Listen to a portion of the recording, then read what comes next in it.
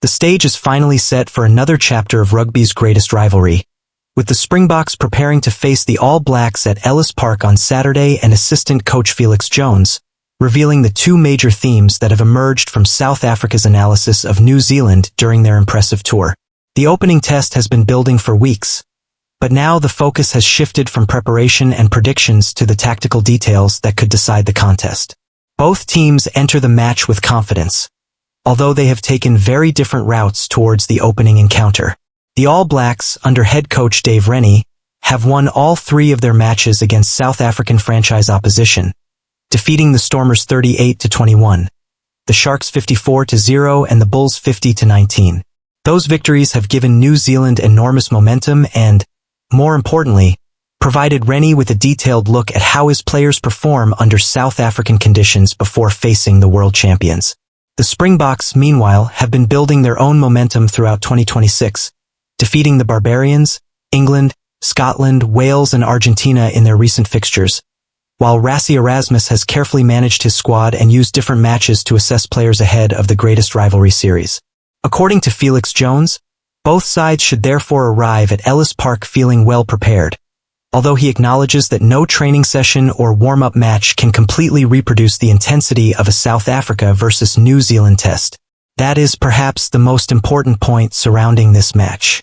The All Blacks have been impressive against the South African franchises, but the Springboks are not simply another provincial opponent. They are the back-to-back Rugby World Cup champions, and they possess a level of physicality, experience, and tactical discipline that makes them a completely different challenge. At the same time, Jones believes the franchise matches have given the Springboks useful confirmation of what they already suspected about Rennie's team. The All Blacks have developed a very clear identity under their new head coach, and that identity has been visible throughout the tour.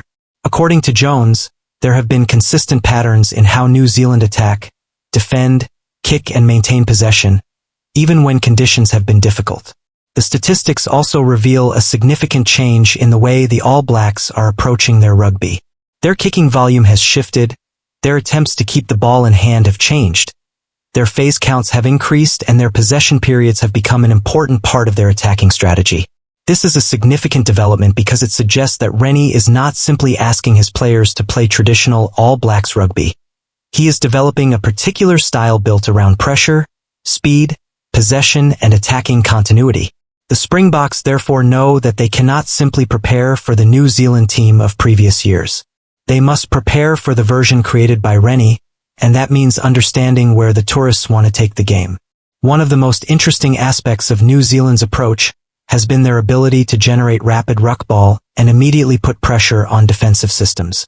Jones described the speed of the All Blacks ruck as one of the impressive elements of Rennie's coaching, and that will be a major concern for South Africa. Fast ball reduces the time available to a defense, forces forwards to repeatedly reposition themselves, and creates opportunities for attacking players such as Beauden Barrett, Jordie Barrett, Will Jordan, and Artie Savia to exploit gaps. If the All Blacks can consistently win quick ball, the Springboks could find themselves defending multiple phases without enough time to reset their structure.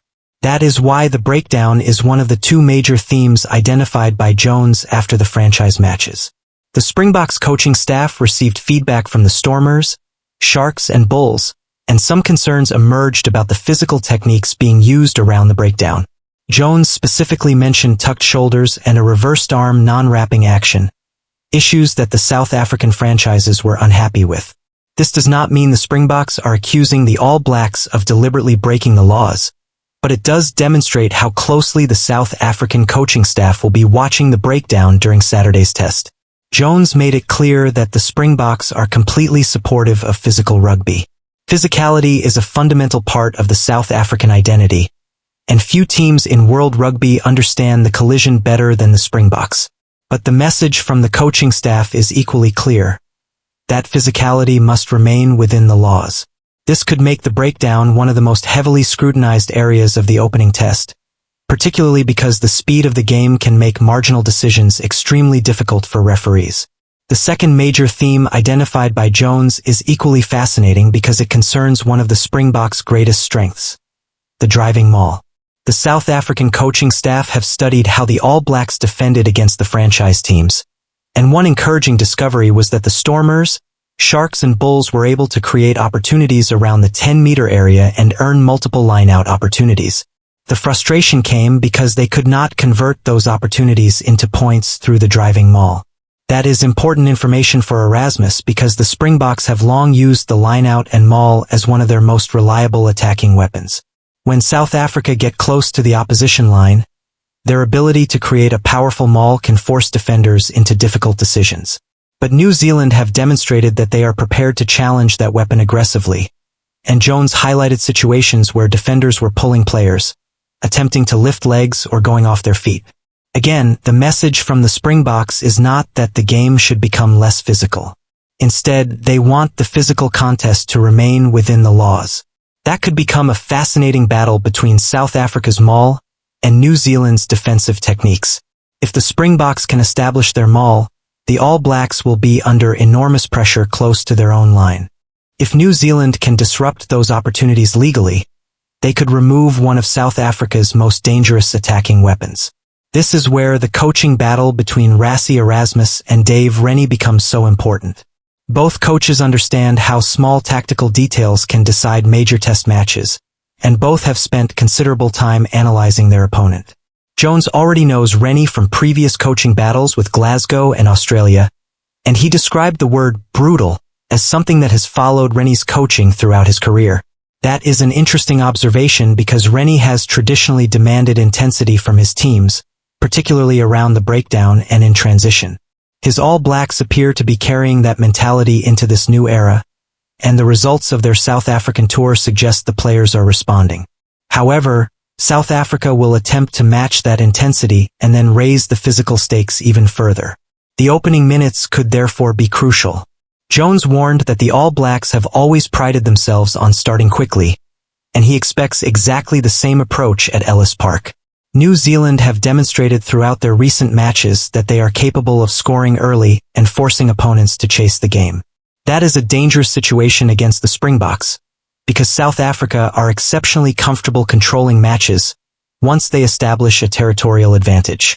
If New Zealand can score early, they could force Erasmus' team into a more attacking game than they would prefer. But if the Springboks dominate the opening exchanges, the pressure could quickly move onto the visitors. Jones referred to a previous match in Auckland where the All Blacks scored early and forced South Africa to fight their way back into the contest. That experience will be fresh in the minds of the Springboks, and it explains why the coaching staff are demanding enormous intensity from the opening whistle. There can be no slow start against New Zealand. A few missed tackles, a poor kick or a breakdown penalty could give the All Blacks the momentum they need. The same is true in reverse. If South Africa can force New Zealand backwards early, dominate the collisions and put pressure on their set piece, Rennie's team could find itself playing under conditions it has not yet experienced on this tour. The franchise victories have been impressive, but the Springboks will provide a completely different examination. This is also why Jones believes both teams are well prepared but understands that the test itself will reveal much more than any warm-up match. There is simply no substitute for the intensity of South Africa versus New Zealand. The emotional pressure, the physical collisions, the tactical stakes, and the expectation from supporters make the greatest rivalry unique. Every player understands that mistakes will be magnified, and every coach knows that one tactical decision could become the difference between victory and defeat. For Rassie Erasmus, this is another opportunity to demonstrate that the Springboks remain the standard by which international rugby is measured. For Dave Rennie, it is a chance to prove that his new All Blacks era has developed enough maturity to challenge the world champions on their own soil. The recent tour results have given New Zealand confidence, but now the real examination begins. Players such as Artie Savia, Beauden Barrett, Jordie Barrett, Cody Taylor, and Will Jordan will need to turn their tour form into test match execution, while South Africa will rely on the experience of leaders such as Sia Khaleesi, Eben Etzebeth, Pieter-Steph du Toit, Handré Pollard, and Cheslin Colby to handle the pressure. The breakdown and the driving maul could become two of the decisive battlegrounds, exactly as Felix Jones has highlighted, but there will be battles everywhere else as well. The scrum, line-out, kicking game, aerial contest, and defensive organization will all be tested. Most importantly, discipline will be critical. Both teams have the physical ability to dominate, but giving away repeated penalties could completely undermine a strong performance.